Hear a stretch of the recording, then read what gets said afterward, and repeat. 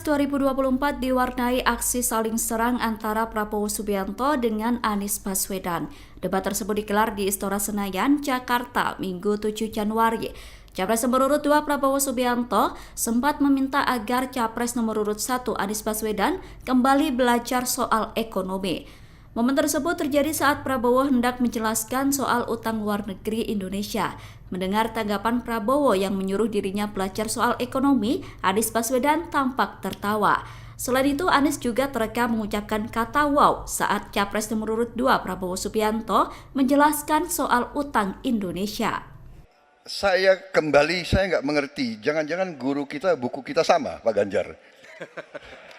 Kok saya banyak sependapat, terus aja. Saya akan bilang AA, saya bukan orang macam-macam. Tapi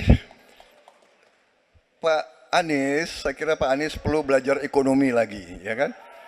Jadi kalau bilang ideal 30%, dasarnya apa?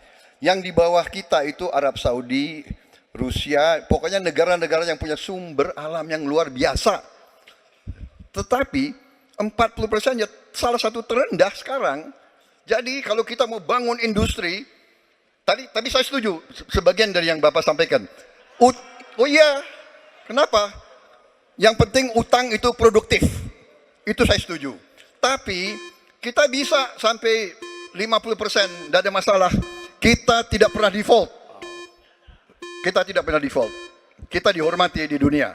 Download Tribun X sekarang. Menghadirkan lokal menjadi Indonesia.